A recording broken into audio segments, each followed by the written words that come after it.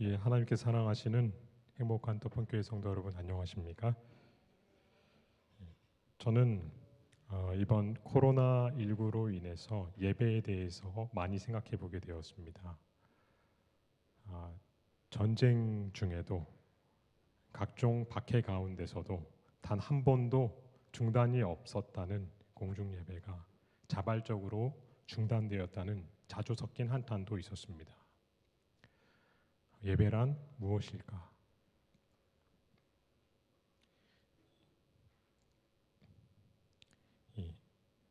하냐냐와 미사엘, 아사랴는 두라 평지에 세워진 거짓 신에게 예배하기를 거절하고 평소보다 7배 뜨거워진 풀문불 앞에서도 두려움 없이 하나님만을 예배하겠다고 밝혔습니다. 그리고 풀문불에 던져졌습니다. 예배란 무엇일까? 함께 모여 예배드릴 날이 기약 없이 미뤄지는 지금 예배에 대해서 깊이 생각해 봅니다. 사실 재림 성도에게 있어서 예배는 특별한 의미를 지닙니다. 사탄이 타락한 것도 참 하나님에 대한 예배에서 거짓된 자기 숭배로 자신을 하나님처럼 높이려는 거짓 예배가 바로 죄의 시작이었습니다. 하나님께만 속한 것을 본인이 범한 취한 것입니다. 그리고 이 정신을 인류의 첫 조상이 받아들여서 사망에 이르게 되었습니다. 이 선악과 하나님께 구별된 set apart, 하나님을 위해서 구별한 것은 거룩한 것인데요, 하나님께 속한 것을 범한 것입니다. 예배도 하나님께만 창조하시고 우리를 구원하신 하나님만이 받으실 수 있는 것을 우리가 취하든 혹은 다른 존재가 취하든 거짓 예배가 되는 것입니다. 시간의 7분의 1, 모든 시간 생명이 하나님의 것이지만 특별히 하나님의 것으로 구별하셨지요. 안식일. 그리고 모든 재물이 하나님의 것이지만 특별히 10분의 1을 하나님의 것으로 구별하도록 하셨습니다.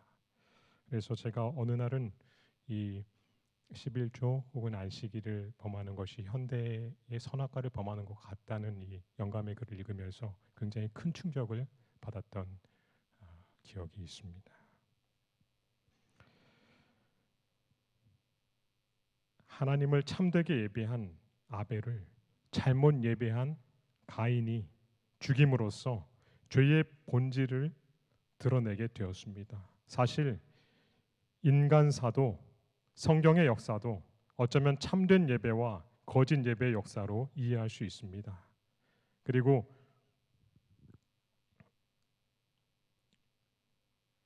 인류 역사에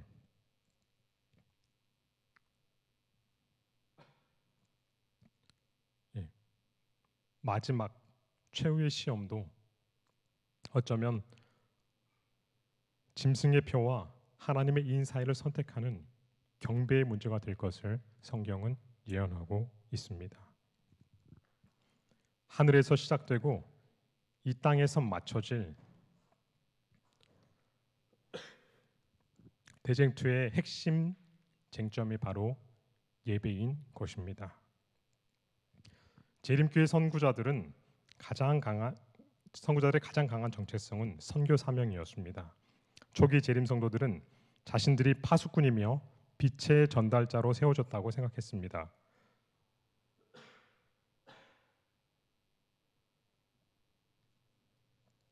그들에게는 멸망해가는 세상에 전할 마지막 경고가 외탁되었습니다.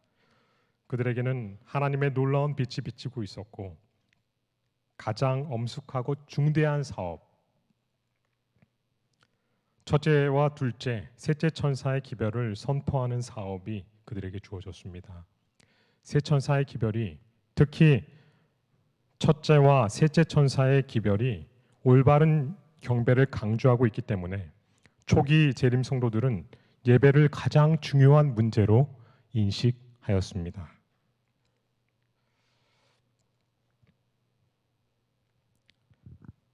재림 성도들은 언제나 예배를 진지하게 받아들였으며 예배가 모든 민족을 제자로 삼아야 하는 선교 사명의 성공의 핵심적인 요소라고 생각했습니다. 특별히 안식일에 대한 깊은 이해는 예배에 대한 바른 의식과 함께 안식일 준수로 이어졌습니다. 그런데 저는 출애굽기를 읽으면서 깜짝 놀라고 말았습니다. 출애굽기 3장 18절 같이 읽어보겠습니다. 시작. 너는 그들의 장로들과 함께 애굽 왕에게 이르기를 히브리 사람의 하나님 여호와께서 우리에게 임하셨은즉 우리가 우리 하나님 여호와께 희생을 드리려 하오니 사흘 길쯤 광야로 가기를 허락하소서 하라. 애굽에서 종살이하던 이스라엘 백성을 위해 모세를 애굽 왕 바로에게 보내시면서 하나님께서 모세에게 주신 말씀입니다. 출애굽의 목적이 하나님께 참된 예배를 드리기 위함인 것입니다. 하나님과 동행하며 그분을 참되게 예배한 노아, 홍수 채 10세대가 지나기 전에 하나님께 드리는 참된 예배가 희미해질 때 하나님께서는 당신을 참으로 경배하는 사람 아브라함을 택하셨습니다.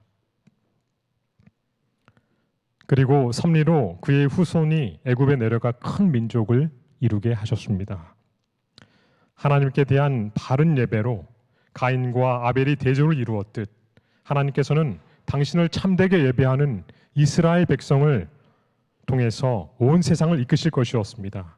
그런데 그 이스라엘 백성이 애굽에서 종살이를 하면서 노역과 고생 속에서 안식일 준수가 약해지고 그들의 조상이 드렸던 참된 예배의 삶 속에서 멀어지는 것입니다. 하나님께서 그들을 부르신 목적과 세상에 대한 그분의 목적을 이루시기 위해서, 즉 참된 예배의 삶을 위해서 그들을 애굽에서 불러내십니다.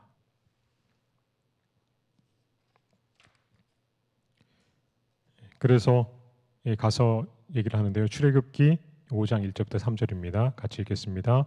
그 후에 모세와 아론이 가서 바로에게 이르되 이스라엘 하나님 여호와의 말씀에 내 백성을 보내라. 그들이 광야에서 내 앞에 절기를 지킬 것이니라 하셨나이다.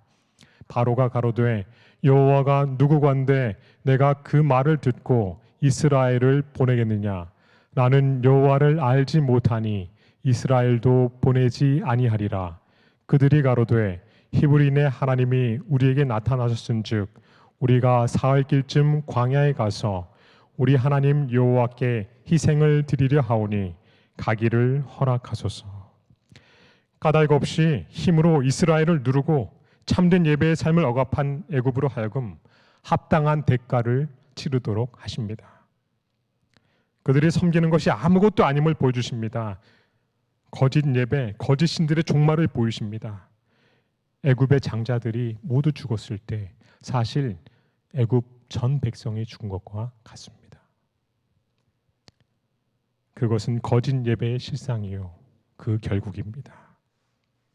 하나님께서는 놀라운 구원의 역사를 당신의 백성에게 베푸십니다. 그들의 신들을 벌하시고 거짓 예배가 무엇인지를 보이시고 참 예배로 그들을 불러내셨어요. 신의 산에 직접 강림하셔서 모든 귀가 듣도록 이 십계명을 반포하십니다.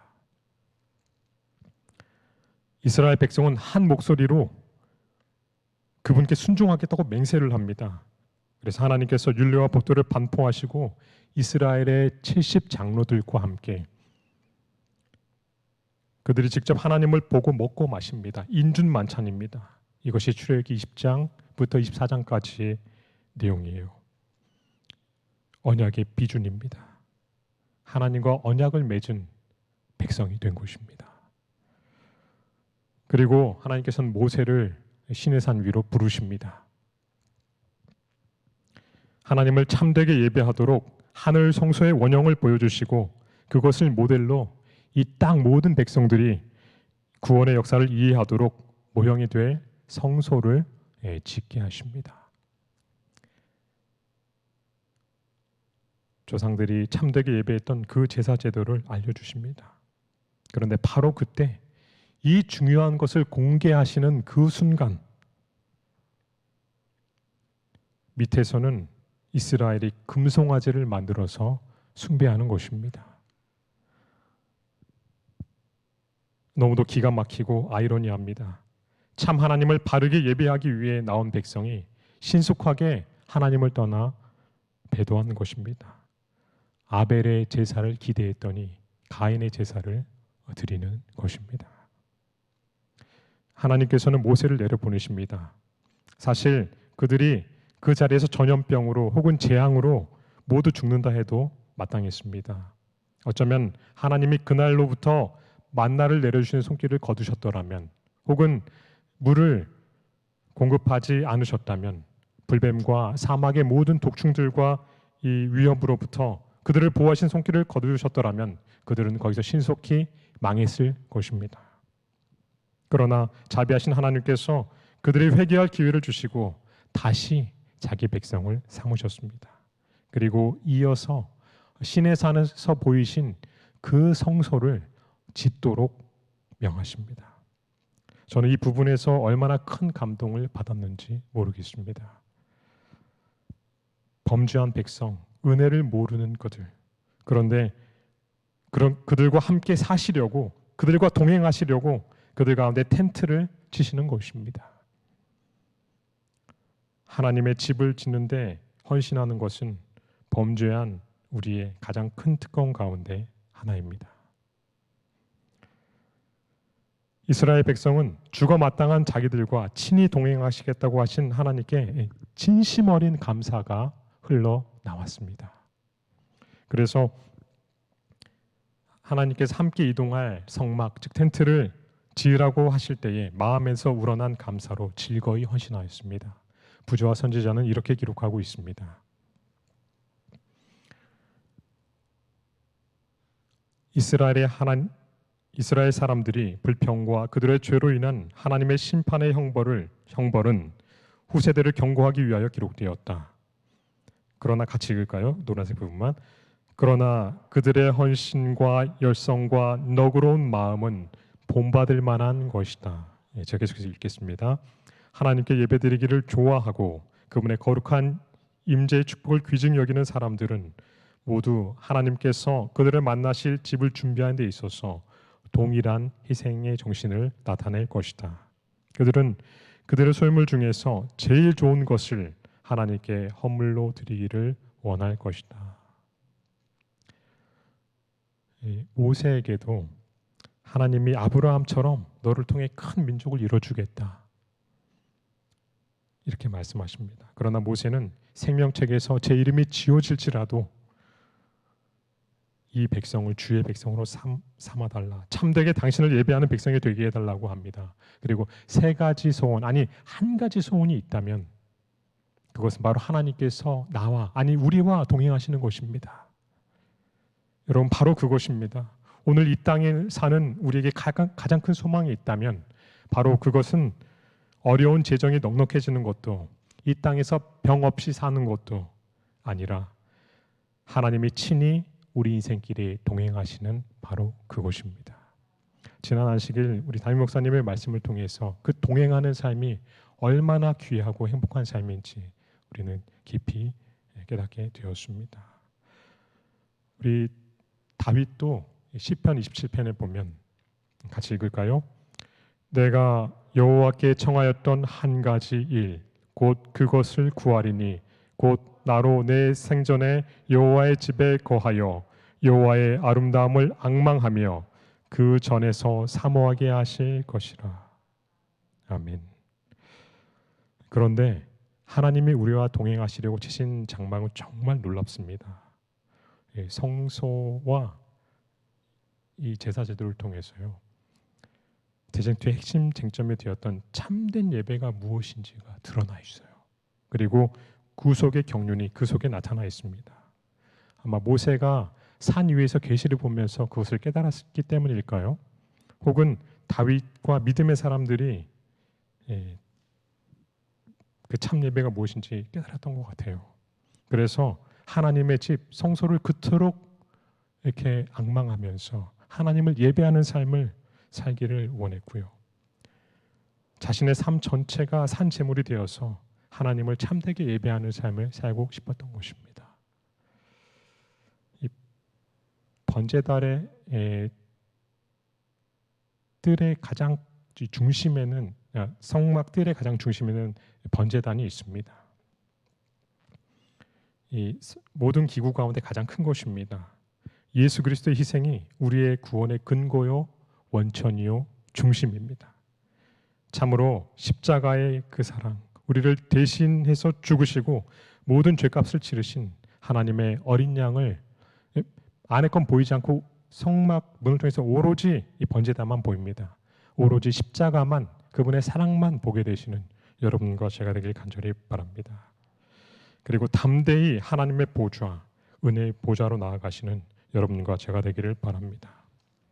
번제단에서는 매일 아침 저녁으로 제사를 드렸습니다. 그 외에 안식일이나 매월 초하루 그리고 절기들에도 드리는 제사가 있었습니다. 여기 부조화 선지자 352페이지에 이렇게 기록하고 있습니다. 같이 읽겠습니다. 조성마다 1년 된 어린 양을 적당한 소제물과 함께 제단 위에서 불살랐다. 이것은 그 민족이 매일 여호와께 헌신하고 그리스도의 속죄에 비해 끊임없이 의지한다는 것을 상징하였다. 아멘. 여러분, 이것이 우리가 매일 아침 저녁 예배를 드리는 의미입니다. 그분의 희생과 속죄의 피에 매 순간 우리가 의지하고 있음을 인정하는 것입니다. 저희 외조부께서는 장흥분이셨습니다. 장흥군에서 세 번째 부자인 이 극장 부지와 많은 부유를 소유한 형님을 두시고 저희 외할아버지는 1950년대에서 60년대 당시 일꾼 7을 둔 장에서 가장 큰 상회를 운영하는 분이셨습니다. 신앙이 없으셨습니다. 그래서 외할머니와 저희 어머니를 매우 박해하셨습니다. 예배 안식일에 예배 가는 날에는 그 성경책 가방이나 책 이런 것을 우물에 던지기도 하시고요. 매우 심하게 박해하셨습니다. 그러던 어느 날 강도가 들어서 할아버지의 가게를 털고 이 곰방대와 함께 할아버지를 꽁꽁 묶어놓고 가는 사건이 벌어졌습니다. 그러나 생명이나 건강은 상치 않았습니다. 이 사건을 통해 많은 생각을 하게 된 할아버지는 당일 담배를 끊고 예수 그리스도를 개인의 구주로 영접하였습니다. 그리고 매일 아침에는 기도력, 저녁에는 안교 교과책으로 돌아가시는 그날까지 한 번도 빠짐이 없이 예배를 드리는 분이 되었습니다. 오늘 우리 가정에 아침 제단이 회복되기를 간절히 바랍니다. 매일 아침과 저녁 그분의 구속의 피에 의지하는 삶, 예수께 의존된 삶임을 철저히 고백하는 예배자의 삶이 우리의 삶이 되기를 간절히 바랍니다. 계속해서 영감의 붓은 이렇게 기록하고 있습니다. 그들은 얼굴을 성소로 향하고 묵상함으로 연합하였다. 그리하여 그들이 믿음으로 속죄의 희생으로 예표된 약속된 구주의 공로를 굳게 붙잡는 동안 그들의 탄원은 향연과 같이 올라갔다. 조속으로 드리는 제사를 위하여 정해진 시간들은 거룩하게 여겨져서 그 시간은 유대 민족 전체를 통하여 예배를 위한 정한 시간으로 지켜지게 되었다. 더 같이 읽겠습니다. 이러한 시작. 이러한 관습은 그리스도인들이 본받아야 할 조성 예배의 표본이 된다. 하나님께서는 예배에 대한 진정한 정신이 없이 단순히 의식만을 반복하는 것을 정죄하시지만 그들이 범한 죄에 대한 용서를 구하고 필요한 축복을 간구하기 위하여 조석으로 머리를 숙이는 당신의 사랑하는 자들을 큰 기쁨으로 바라보신다. 아멘. 매일 아침 온 세계를 뒤덮는 향연이 예배, 기도의 향연이 올라갈 때에 우리가 살아있는 것 자체가 우리의 모든 존재가 하나님의 것임을 인정하는 그 예배가 주님께 드려질 때 우리 주님께서 얼마나 큰 기쁨으로 그 예배를 받으시고 우리를 바라보실까요? 이 번제단을 지나서 성막 앞에 물두멍이 있습니다. 이 물두멍에 대해서 부조와 선지자는 다음과 같이 기록하고 있습니다. 모세는 불타는 떨기나무 앞에서 그가 서 있는 땅은 거룩한 곳이니 신을 벗으라는 명령을 받았다. 그와 같이 제사장들은 신을 신고 성소에 들어가지 못하게 되어 있었다. 그들의 발에 묻은 미량의 먼지들이 성소를 더럽힐 것이기 때문이었다. 그들은 성소에 들어가기 전에 신을 벗어 뜰에 두도록 되어 있었고 또 성막에서나 번제단에서 봉사하기 전에 그들의 손발을 씻기로 되어 있었다. 그리하여 하나님, 여기서 같이 읽을까요? 그리하여 하나님 앞에 가까이 나아갈 사람들에게는 어떠한 더러움도 제거되어야 한다는 교훈이 계속 가르쳐 줬다. 아멘. 이제 물두멍을 지나서 성막, 우리 성소에 들어가면 첫째 칸에 북쪽 문에서 들어가면 이제 우측이죠. 그러나 사실 북쪽입니다. 뭐가 있죠? 가장 눈에 먼저 띄는 떡상이 있습니다. 말씀이신 예수께서 온 우주를 조성하시고 말씀으로 세상을 만드셨습니다. 우리를 당신의 형상으로 빚으시는 그것도 역시 말씀을 통해서 예수께서 우리의 품성과 우리를 꼴리우십니다. 말씀 선포와 연구는 예배의 기본적이고 가장 중요한 행위입니다. 믿음은 들음에서 납니다. 그리고 하늘에서 내려온 산떡이신 예수를 먹을 때 우리는 그분과 상관이 있게 되는 것입니다. 진설병은 하루도 빠짐없이 놓여 있었습니다. 단 하루도 빠짐없이 말씀을 가까이 하면 참 좋겠습니다. 저는 이 일기, 이 교과 다니엘서를 공부하면서 깊이 깨달은 바가 한 가지 있습니다.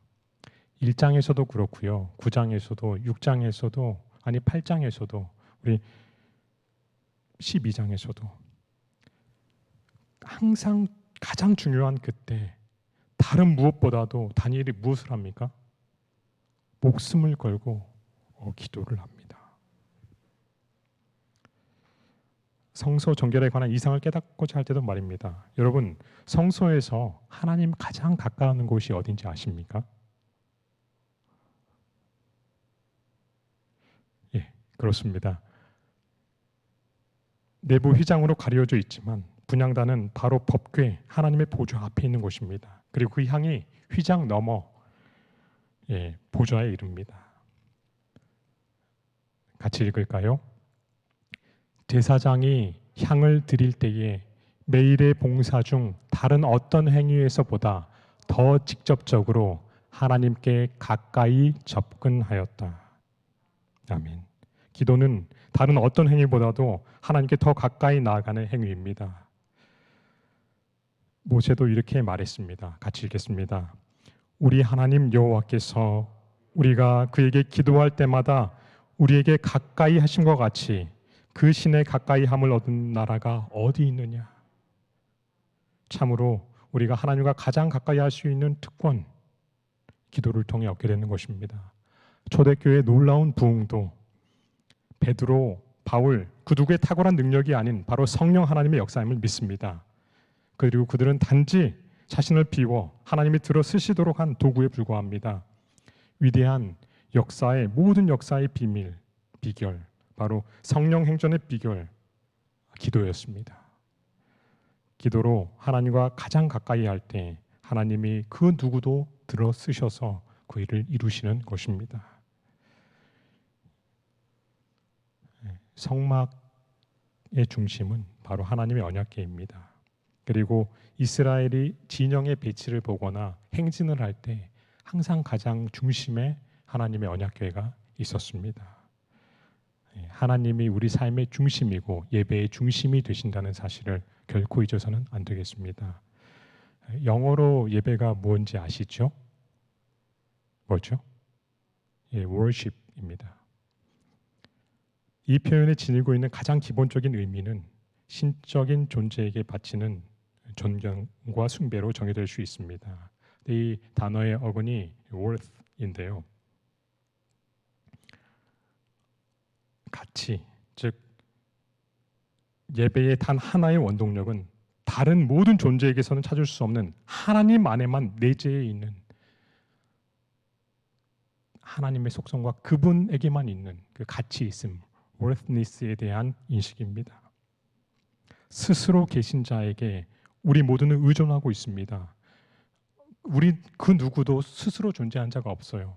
다 의존도 있습니다. 생명의 근원이신 그분께 우리가 의존되어 있고, 그리고 그분의 유지하심 때문에 우리가 지금 살아있음을 고백하는 것입니다.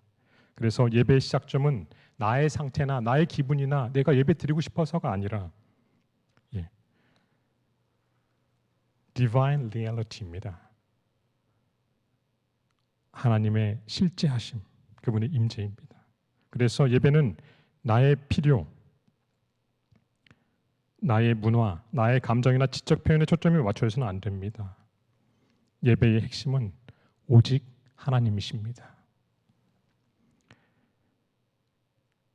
내가 하나님을 어떻게 생각하든지 간에 하나님은 내가 생각하는 것보다 더 위대하시며 나의 어떠한 사리사욕이나 이기적인 마음이 들어가지 않은 가장 큰 헌신을 받아 마땅하십니다. 그분의 속성과 그분의 영광, 장엄함, 하나님의 지혜와 섭리, 과거와 현재, 그리고 미래의 인류를 향한 하나님의 말씀과 활동하심이 바로 예배의 핵심입니다. 그분이 하신 모든 행위, 우리를 창조하시고 구원하신 역사와 오늘도 개입하시는 그분의 살아계신 임재에 대한 자연스러운 반응이, 피조물의 자연스러운 반응이 바로 예배입니다. 그러나 언제부터인가 세속적인 가치가 교회 안으로 슬며시 들어오도록 허용되었습니다. 그 결과 예배의 근본 원칙이 손상되었습니다. 자아를 잊어버리고 하나님께 소유된 자로서 온전히 자신을 드리는 대신에 자신의 감정, 문화, 지적인 능력, 개인적 치료 혹은 자기 표현의 한 형태로 인식하기 시작한 것입니다. 하나님 중심이 아니라 인간 중심으로 변질되고 인문학적인 이해로 대체되는 것입니다. 그래서 예배를 개인을 투영하는 한 수단으로 유용하게 된 것입니다. 미스터 트롯처럼 일반 대중에게 자신을 드러내는, 내가 간증할 게 있어요, 나를 봐주세요, 이렇게 노래를 잘해요, 이렇게 악기를 잘해요. 개인의 재능과 개성을 뽐내기 위한 수단으로 전락하게 되는 것입니다. 그리고 사람들도 유일하게 경배를 받기 합당하신 하나님께 초점을 맞추는 대신에 도구로 사용된 사람을 주목하게 되는 것입니다. 저는 말씀을 증거할 때, 그리고 제 자녀가 특창할 때 얼마나 자주 제가 또 저희 가족이 이런 참된 예배에서 벗어나는지를 깨닫게 됩니다. 그리고 무척이나 두렵고 떨립니다. 간절한 소망이 있다면 저와 제 아이들의 마음의 동기가 온전히 하나님을 예배하는 데만 있게 되기를 바랍니다. 그리고 우리 모두도 그렇게 되기를 바랍니다. 저는 이전 교회에서 건축이라는 사정으로 원주 36학교교회와 함께 예배를 드리게 되었습니다. 당시 교감으로 계신 이순근 교장선생님의 설교 말씀을 잊을 수가 없습니다. 음악을 전공하신 선생님께서는 학생들이 예배에 참여하도록 독려하시고 또 하나님을 찬양하도록 가르치셨습니다. 그래서 하나님께 드리는 찬양을 마음을 다해 최선껏 준비합니다. 그러나 예배 시간에 드려지는 찬양은 박자가 틀렸든 복장이 부족하든 전혀 개의치 않고 평가하지 않고 아멘 하면서 그 학생들과 함께 하나님을 예배하시는 것입니다. 그리고 학생들을 그렇게 가르치시는 것입니다. 참으로 예배가 무엇인지를 아시고 가르치시는 이승근 장로님을 존경하게 되었고 많이 배우게 되었습니다. 하나님께 초점을 맞출 때, 그분께 합당한 영광을 돌릴 때 우리의 모든 찬양, 모든 기도, 우리가 하는 모든 말, 심지어 우리의 침묵도 제물이 되어서 자아를 위한 자리가 없어지게 됩니다. 우리의 마음과 영혼을 채워주시는 하나님께 참된 예배를 드리게 됩니다. 우리의 자아가 온전히 비워지고 하나님의 형상으로 가득할 때 자기를 비우신 예수님의 정신이 우리의 삶을 통해 나타나게 될 것입니다. 지극히 작은 자를 위해 사셨던 그분의 사역이 예배자를 통해서 나타나게 됩니다. 하나님을 닮은 삶이 일상에 나타나서 고아와 과부를 돌보고 환난을 당한 이웃을 섬깁니다. 이것이 참된 예배입니다. 참된 예배자는 하나님을 닮은 godly, God의 ly를 붙인 경건한이라는 뜻이 되죠. 그것은 어떤 성경책을 끼고 거룩한 척 하는 것이 아니라 예수를 닮은 일상이 바로 예배가 되는 것입니다. 섬김과 봉사와 사랑 나눔이 되는 것입니다. 껍데기의 예배가 아닌 하나님이 진정 바라시는 신령과 진리로 드리는 예배인 것입니다. 오늘 한 집사님께서 우리 교회 예언의 신방에 올려주신 글이기도 하고 제가 참 사랑하는 글이기도 한데요. 같이 읽겠습니다. 영세전부터 시작. 영세전부터 광명하고 거룩한 스랍천사부터 사람에 이르기까지 모든 피조물을 창조주께서 내재하시는 성전이 되도록 하시는 것이 하나님의 목적이었다. 죄로 말미암아 인류는 하나님의 성전 되기를 그쳤다.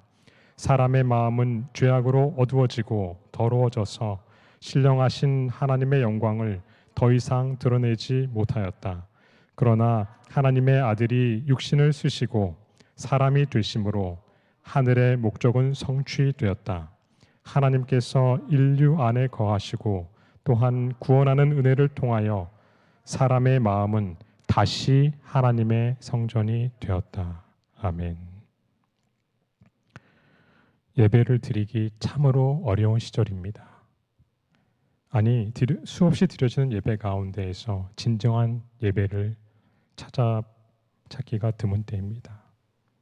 하나님의 거룩한 임재를 온전히 느끼는 두려움 가운데, 그리고 성도들과 뜨거운 찬양, 교제가 그립습니다. 참된 예배에 대해 생각해 보게 됩니다. 근데 우리 스스로는 이 예배를 드릴 수가 없습니다. 왜냐하면 사람은 죄로 말미암아 자신이 마음의 중심이 되면서 하나님 성전이 되기를 영원히 그쳤기 때문입니다. 그러나 하나님께서는 우리를 당신을 참으로 예배하는 자로 부르셨습니다. 친히 이 땅에 오셔서 이 모든 지저분한 것들을 몰아내시고 성전을 회복하신 것처럼 이제 예수님을 우리 마음 가운데 모셔야겠습니다. 그때 우리는 하나님이 영원 전부터 계획하신 것처럼 우리의 몸과 마음이 그분의 전이 될 것입니다. 이제 바야흐로 그릇된 예배의 역사가 영원히 마치고 참된 예배가 온 우주적으로 회복될 때가 다가오고 있습니다. 참된 예배가 마지막 시대의 핵심 쟁점이 될 것입니다. 악한 영과 그 괴수인 사탄은 모든 힘을 기울여서 이 참된 예배를 막고자 할 것입니다. 어쩌면 우리는 오늘날 그 서막을 경험하고 있는지도 모르겠습니다. 예배의 참된 의미를 깨달은 우리 모두가 하나님을 마음의 중심에 모시기를 우리 생명처럼 여기게 되시기를 간절히 바랍니다.